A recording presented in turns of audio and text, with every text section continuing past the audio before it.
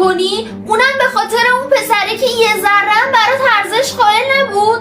من باورم نمیشه بابا، انقدر لیلی به لالای این نذار، انقدر پروش نکن، محکم وایسا تو روش بذار بفهمه کیو داره از دست میده، بذار یکم اون بیاد سمتت. دیگه هم گریه نکن، این کارات به نظرم خیلی احمقانه.